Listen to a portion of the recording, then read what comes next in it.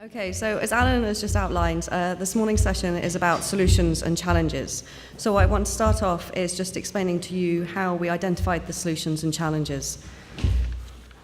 If I can remember this. Okay. So the KNEU project involved from the start an evaluation package, and this was to critically examine some of the challenges and solutions from the stakeholder perspective and to facilitate reflection. So semi-structured interviews was the main data collection method that we used. And we actually, in the end, we undertook 89 interviews with 79 participants from the project. So the participants included participants from the events at the start of the project to design the prototype, from the regional workshops and the first KNEU conference. We also interviewed members of the client advisory group who were mainly from a practitioner community. We also interviewed members of the project consortium. And finally, in the case study process, we interviewed experts, the requesting policymaker, and also people who were collaborating with the project from various different institutions. So some people... So basically from the interviews, we got opinions and perspectives, and from this we've built up a picture of some of the key challenges and solutions. So I'd just like to say also take this opportunity to say thank you, because there are some people here who I interviewed and they took the time to speak to me, so I'd like to say thank you very much.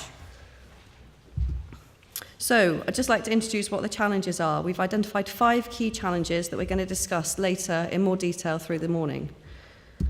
So the first challenge we identified was maintaining and developing a strong focus on process in the NoK. The second is including different groups. And hopefully you can start to sort of see some of your concerns and issues that you raised yesterday starting to come out here. The third issue that we identified was effective communication in the NoK. That's within the NoK and with outside groups. The fourth was ensuring that the NoK has usable outputs for policy, which is the ultimate aim for the NoK. And the fifth is building capacity within the NoK. So now I'll go through each one of these one by one in more detail and explain to you sort of why it's important and some of the suggestions that we've received from the evaluation. Okay, so the first one is how to develop and maintain a strong focus on process in the NoK. So this is important because the NoK is going to involve many different elements which are interrelated, and they must be brought together as a whole. Now, in this evaluation, we've identified some of these elements.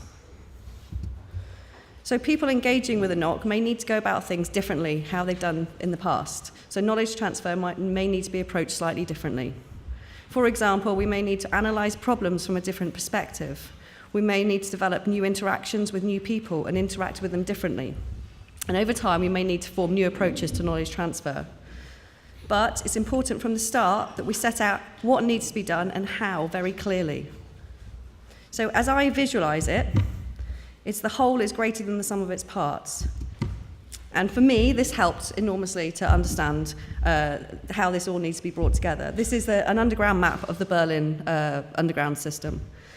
So there's many different lines, they're different colors. It's like the different elements in the NoK. And along each line, there's different stations. And in each element of the NoK, there's going to be various different stages and steps.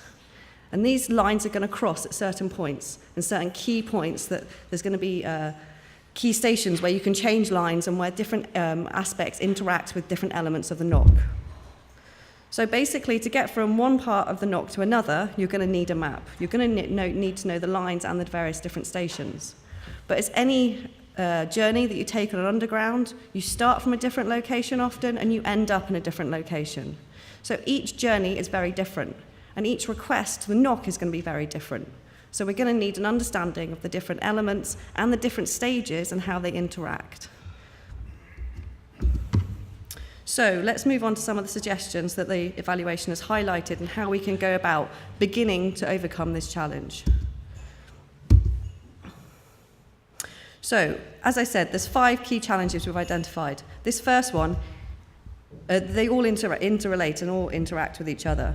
But this first one encompasses all of these aspects. However, there are other aspects that a strong focus on policy will need to encompass as well as these other 4. For example, how do we deal with conflicting knowledge? How do we deal with transparency? how do we deal with certainty? And actually the evaluation report has come up with some quite interesting aspects and insights into uncertainty and how we deal with it. Different perspectives from different groups on how to present uncertainty. And the report will be available if you'd like further information about this. Cost effectiveness, that's going to be an important element of the NoK.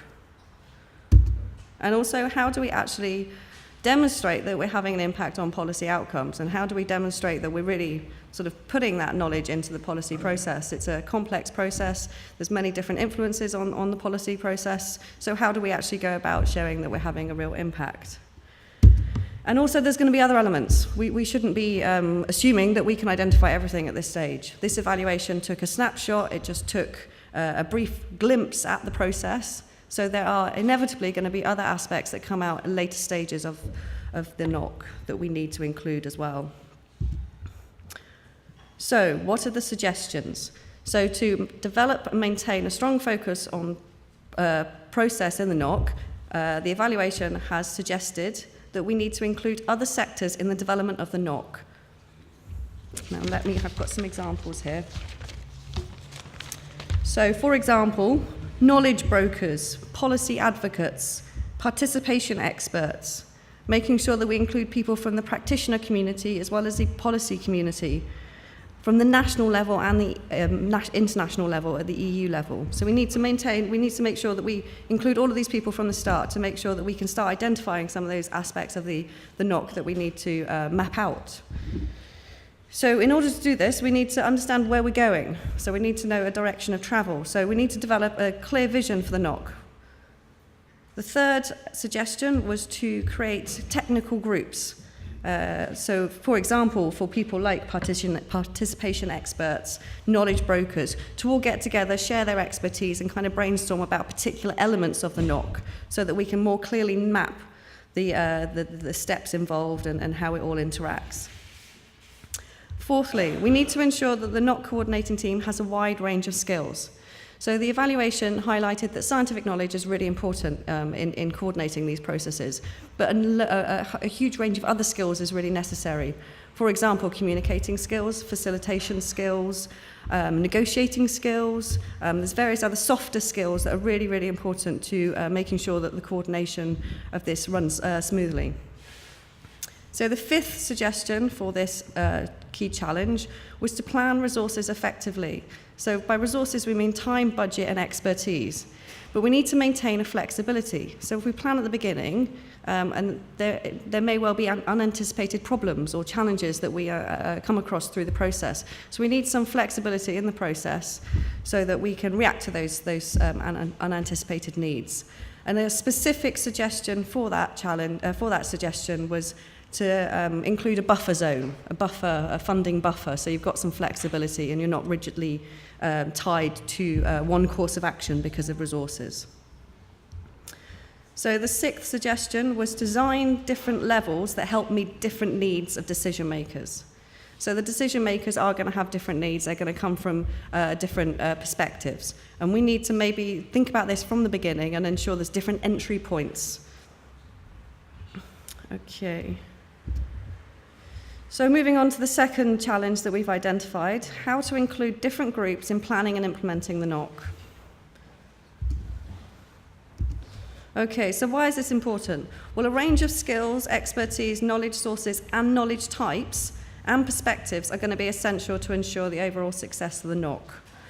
So this is about reaching out to different people who have these different expertise and different skills. So it's not going to be all within one group of people. We're going to have to include lots of other groups. So this is about reaching out and being open to them, but also facilitating those groups to come to us. So it's a two-way process. So the suggestions that came out of the evaluation were to include knowledge hubs from other groups in the knowledge mapping. So the knowledge mapping has been part of Work Package 1, which has mapped the knowledge hubs that have been used for the case studies. And one of the suggestions from the evaluation was to not just focus on scientific hubs, but really include other hubs from practitioners, so that they have faith that they're being included and they're attracted to get involved in the NoK. So this is at a European level, but also, more importantly, at a national level. So we need to kind of expand on that mapping. So the second suggestion was to undertake a stakeholder analysis, which highlights who people are, what they can contribute, and what's going to motivate them. And this is really important to kind of understand the different players that are involved that we need to bring into the NoK. And it's all quite a complex landscape out there, so a stakeholder analysis was suggested as a good way to begin that process. Now, thirdly, to engage reputable experts to recruit expert members to the group. So Isabel touched on yesterday in her presentation about the fact that in the marine case study there was a very strong response from one particular network. And this highlights the fact that reputation is quite an important motivating factor in attracting people into the expert group. So one of the suggestions from the evaluation was to maximise on this, from the scientific community, but also from the practitioner community.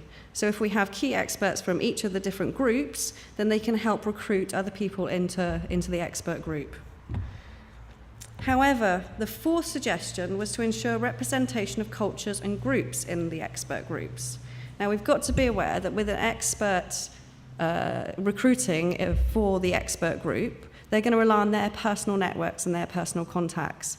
And that may introduce a bias into the group, because maybe the contacts will be biased to one particular area of Europe, one particular region.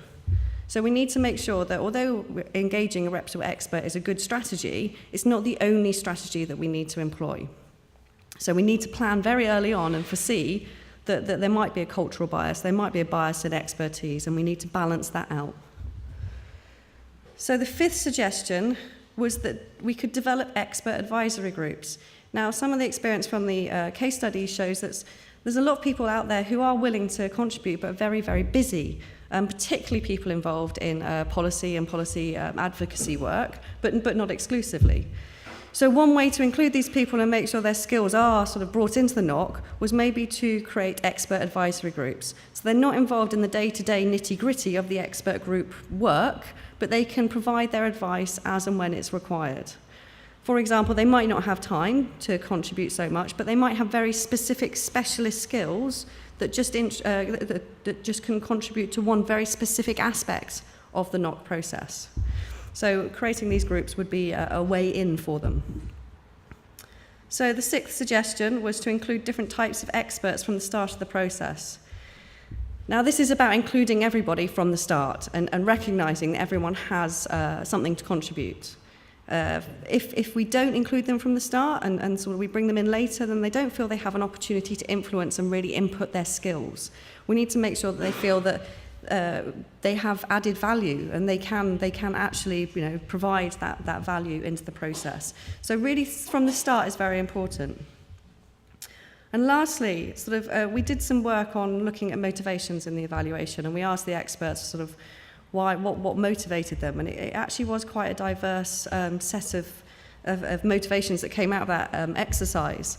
But really key was the fact that the benefits of the NoK are diverse, but we really need to promote them. We really need to say, hey, if you get involved in the NoK, this is going to be beneficial to you because of X, Y, and Z.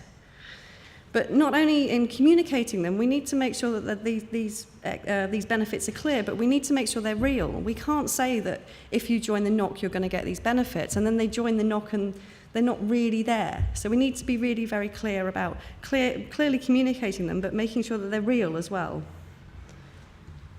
Okay, so then moving on to the third challenge, which is how to ensure effective communication within and outside the NoK. So why is this important? So information needs and communication styles will vary between different groups.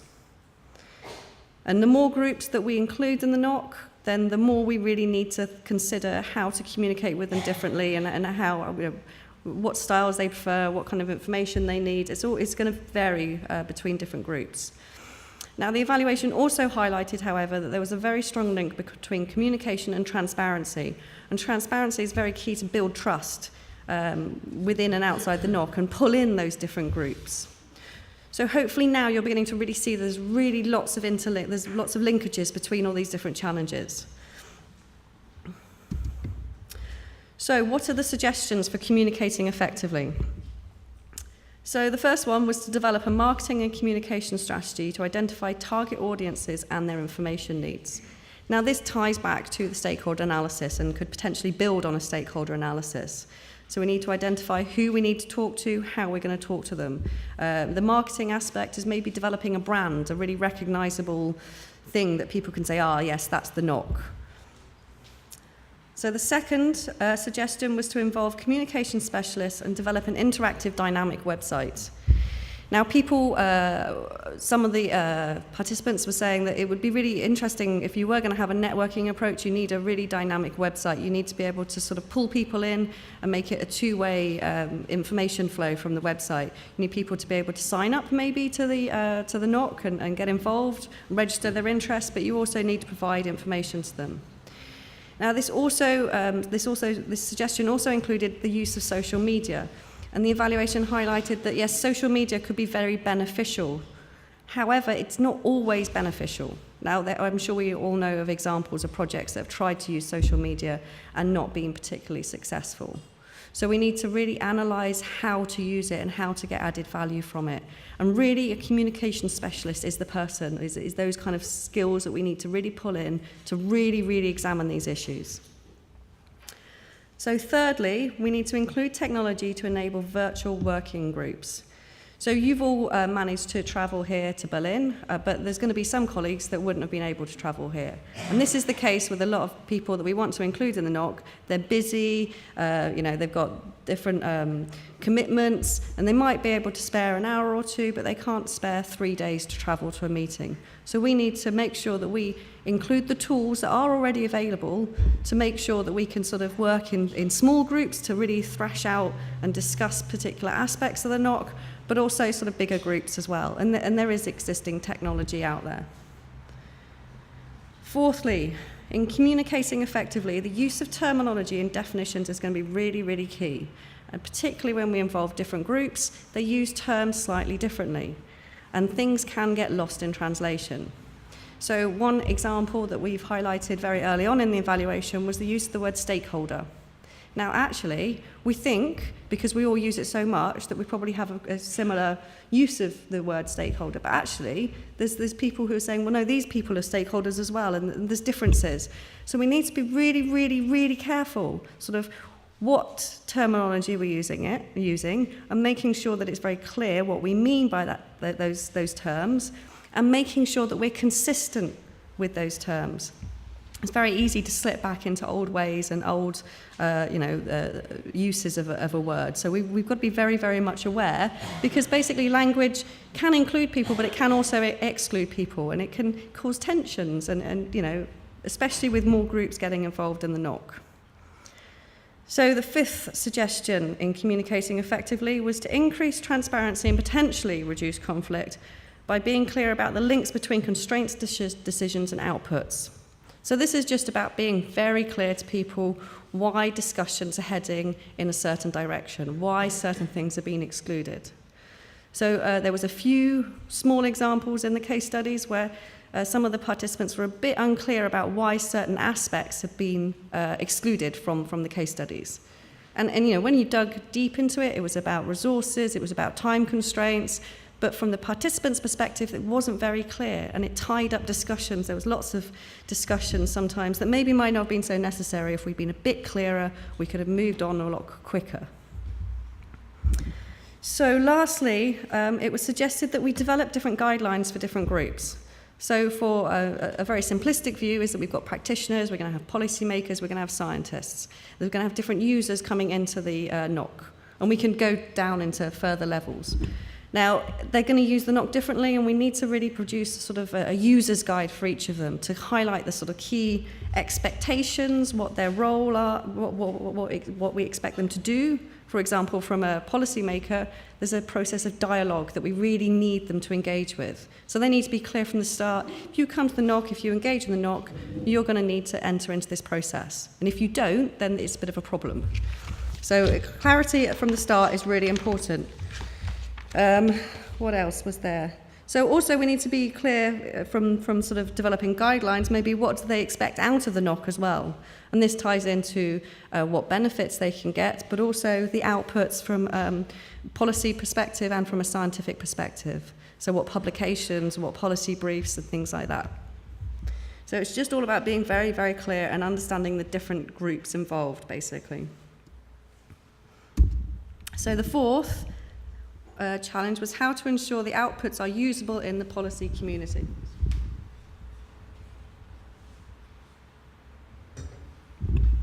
Okay, so this is the fourth one. So why is this important? Well, this is the ultimate aim of the NoK. We need to transfer, we need to get knowledge, and then we need to transfer it into policy, and that's ultimately why we've all come together, so that we can improve that process, we can do it better. So it is essential to consider this from the very beginning, because this is very, very key to what we're doing. And we also need to really understand what the policymaker needs. What do they mean by usable? What is usable to them? So the suggestions that came from this key challenge. The first one is to recognise the value of external science policy review processes. Now this came out of the conservation case study because the question was very, very concrete. And the reason that this was seen as being quite a successful process was because before the conservation case study, there had been this external review process that the policymaker had undertaken with the science community, completely outside, separate from the NoK. But this process had really identified an area to then enter the NoK. And that's seen as very, very key. And there are lots of processes out there. Policymakers are engaging with the scientific community. So maybe we need to kind of really recognise the linking up with these external processes would be quite beneficial, because the broad policy issues and the specifics of a scientific process, we need to bring them better together. So the second suggestion was to include socio-economic experts in the expert group. Now this was all about the suggestion that if we're going to try and influence policy, then sometimes just talking about biodiversity is not enough. So we need to really include those socio-economic dimensions in the discussions to really provide a hook, particularly for non-biodiversity policymakers. So they need a hook, and we need to provide, and we need to sometimes talk in economic terms. We need to talk in language that maybe some of us aren't so comfortable in doing, but we need to bring in that expertise into the expert groups to sort of frame the question from the start on how to hook those non-biodiversity policymakers, if indeed that's the target audience. So the third suggestion was to include other knowledge sources, specifically grey literature not in English. And this was seen as a problem in all of the case studies because it's very unclear on sort of how to access grey literature and how to pull it into the process and integrate it along with scientific knowledge. So we really need to work out how to do this. And from the policy perspective, it's really, really important. Policymakers at an EU level are saying, well, there's lots of knowledge out there. There's lots of knowledge in countries that don't rely on English, and we really need to pull in that information. A classic example is national policy documents and reports from Eastern Europe. Then they're predominantly not written in English, and they're very valuable, and the policymakers want them. They need that information, so we need to really respond to that. So the fourth suggestion was to develop an understanding on the policy context, decision-making process, and the policy language. So we really need to understand the policymakers' world. We need to understand sort of where policies come from and what their driving forces are. We need to understand sort of how knowledge enters into the decision-making process. You know, there's a lot of distrust in the scientific communities about policy. We need to kind of break that down, really. We need to really start to understand, and we need to therefore proactively engage with policy. And to do this, using policy language and understanding the language they use is a first step. So in the conservation case study, it was very successful because we had a requester, and the requester really engaged at the start in the process and came to the expert group and presented very clearly sort of the wider policy context and started narrowing down. And for the experts involved, that was incredibly useful. Without that, I think they would have felt a little bit, well, I don't really know how this fits in. So that's a specific small example of how to engage policymaker. We need to really expand that. So fifth, identify target audiences, information needs, and communication preferences. So this comes back to understanding the policy needs from the start. We need to really sit down with the policymaker and go, okay, why are you asking this information? Why do you want this? What messages do you want to get out there? The big messages, and who are you trying to influence? And therefore, we need to really start sort of shaping sort of how we communicate to fit the policymakers' needs. So the sixth suggestion is to provide guidance on knowledge transfer practices. Now, not everyone in the NoK is going to be a specialist on knowledge transfer, and not everyone is going to be a knowledge broker. So therefore, providing some form of guidance and some form of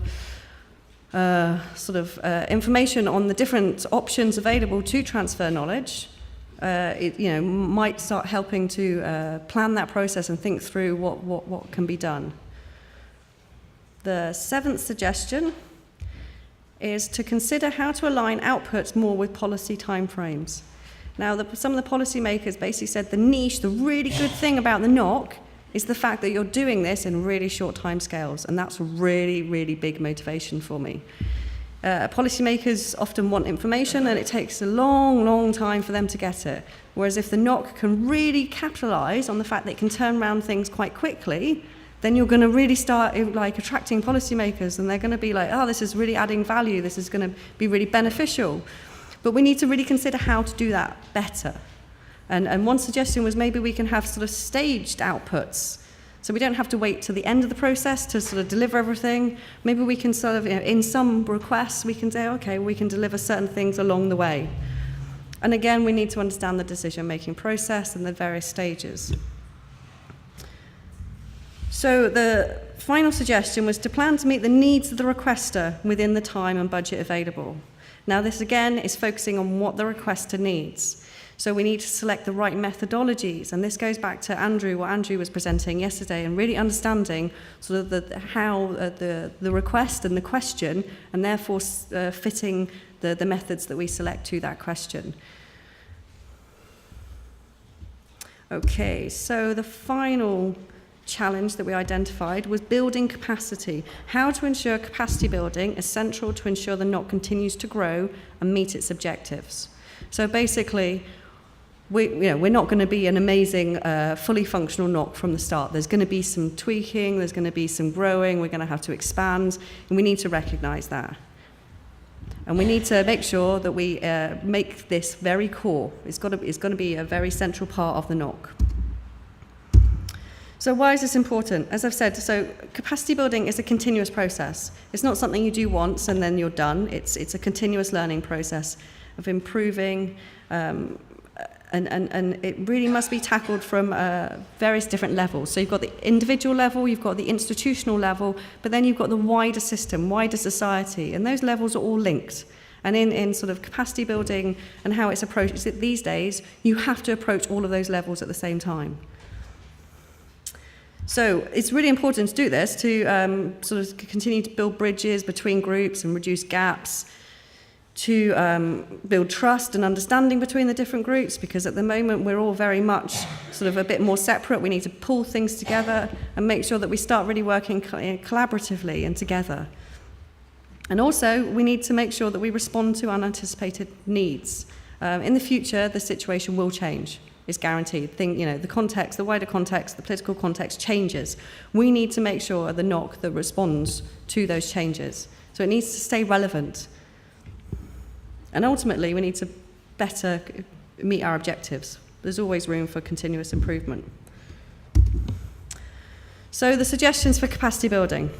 So provide a range of skills and expertise in the coordinating team. Now this has come up in a previous challenge, but really this has been highlighted because one of the participants really said, oh, I really learned from the coordinator. They had some very good coordinating skills, and I've done some European projects before, and now I'm going to go back, and when I do my next European project, I'm going to have these new skills. And it was just by working alongside someone who had better skills, and they could learn and share. And that wasn't an objective of the working groups, of the expert groups, but it was a consequence, and we really need to recognise that. And that's really beneficial because that participant said, oh, I'm going to go back to my institute, and then I'm going to share those skills, and then on my, and it has the potential to really start slowly making an impact wider. So in addition, the second suggestion was to provide expertise on the use of other research tools. So in the NoK, we used 3 main approaches, which was the expert assessment approach, the evidence-based approach, and adaptive management. Now, in those processes, we also included other tools, for example, questionnaires. And we need to make sure that we have expertise to rely on to make sure that we're using them well. So that sort of designing questionnaires and other tools appropriately. So third suggestion was to develop the capacity to include different knowledge sources and different knowledge types. And this is recognizing the fact that, we are, as a scientific community, quite reliant on scientific published information.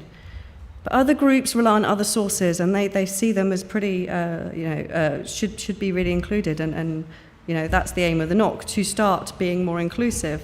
So we really need to work out how to do that. It's really difficult at the moment to know how to integrate and access some of these types of knowledge. So we really need to start developing our capacity and recognize that we need to improve on that. So fourth was include knowledge and expertise from outside Europe and other sectors.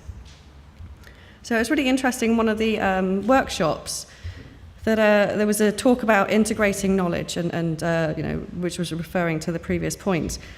And some of these people, oh wow, this is such a good approach. And some other people at this workshop were like, well, I've worked outside Europe, and this is really standard practice. And we need to recognise that outside Europe there is a lot of skills and a lot of understanding and knowledge that is going to be really relevant to the NoK.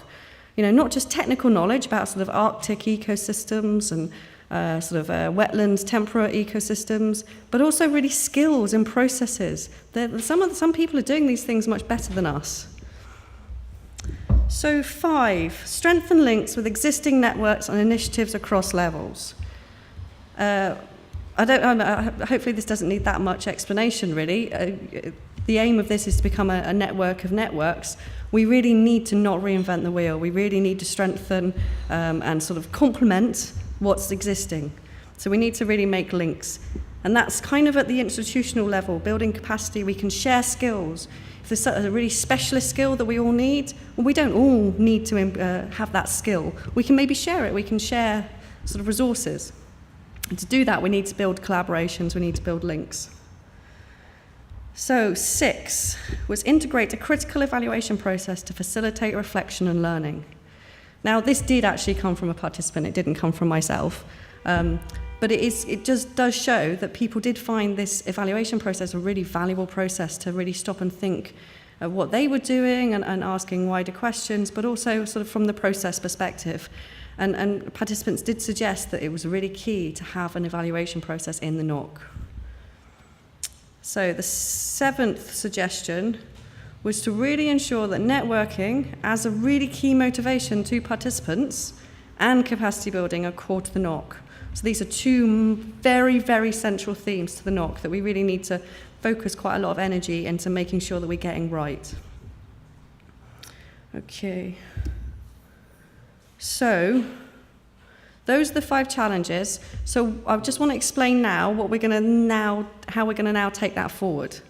So what we basically need is we need some help, because we've got challenges, we've got these 5 key challenges, and from the evaluation we've got some suggestions, and some people said, okay, from my experience you need to do this to overcome this challenge. But often it's not that simple. So as I said, we've got challenges, we've got some suggestions, but actually often we need to do many things to overcome a challenge. These are big things. So we need to make sure that we've covered all those suggestions. So what we're asking from you, first and foremost, was, hopefully you'll see around the room, there's boards with posters on, and they're all colour-coded. So each challenge is a different colour to make things hopefully a little bit easier. So there's 2 posters. So the first one has got all the suggestions summarised on it. And what we'd like you to do in the next 45 minutes after the questions is if you could just go round informally and have a look at the posters, read the posters, go to the ones that are particularly interesting to you, but try and get round all of them. Read through those suggestions, because sometimes you'll go, that's missing. Yeah, and we want to make sure that we've covered all the bases. Is there anything that's really missing? Get a Post-it note and write it and stick it on the poster. Yeah, because you've all got quite a lot of experience in this area, and we might miss something. So please help us to identify anything. So then we're going to have a coffee break, and then afterwards, we're going to try and look at how we can move from these suggestions to really start moving towards solutions, so that we can turn this kind of theoretical research project into a practical NoK, so that someone can come along and pick it up and go, right, I can implement this. So after the sort of looking at the posters, we're going to have some breakout groups. And please go to the breakout groups that sort of for the challenge that you feel that you can most make the contribution towards. And what we'd like to do is to look at these suggestions in detail. And some of them are quite sort of pie in the sky, quite fuzzy suggestions. So we really want to start drilling down to what actually needs to be done in practice to implement that suggestion. So we might need some further steps, some further bits of information. We'd really like you to go through these suggestions and discuss them in detail and work out how do we do this in practice. Okay, so for the breakout discussions, we've got sort of 3 main areas to discuss. So the first one is just a quick prioritization. So you've got all your suggestions, and then we'd like you to just quickly go through and work out which are the really essential things that the NoK must do, and then sort of look at the important ones and the desirable ones. So for your breakout discussions, look at the essential suggestions. Deal with the big ones first. Okay, so that's quick. Hopefully you can quickly move through that quite rapidly. Then get onto the meat of the breakout discussions, which is how do we do this? What do we need to do in practice to do this suggestion? Okay, and I'm anticipating this is going to be the meat of the discussion. So you're going to spend sort of hopefully quite a lot of time brainstorming and sharing expertise and really discussing and getting down to the nitty-gritty of each of these. So then finally, we were hoping you could also share your expertise on who needs to be involved in this suggestion, who is key to sort of make this happen. So I've got some suggestions on the posters looking at different groups, for example, science groups, policy groups, practitioner groups, but then that's not very specific. So we could go down to subgroups. So for example, sort of social science groups, economists, various different practitioner groups from different communities, NGOs. You know, I mean, you'll be able to come up with some better examples than I am. You could go down a further level and talk about specific areas of expertise, so really specific skills that we need from those groups. For example, participation expertise, for an example. So you could also identify different institutions and different sort of big networks that really need to be involved in this, so big players. And also think about the different levels of governance. So, you know, we're very good at thinking about the EU level, but what about the national level? What about the local level or regional level? You know, who are key to being involved in this to make it really successful? Okay, so we've got 90 minutes for the breakout groups, and if you do have extra time, then we can start looking at some of the linkages, but I'm thinking that that's probably going to be sufficient. So I'll now hand over to Alan. Good, thank you very much, Esther.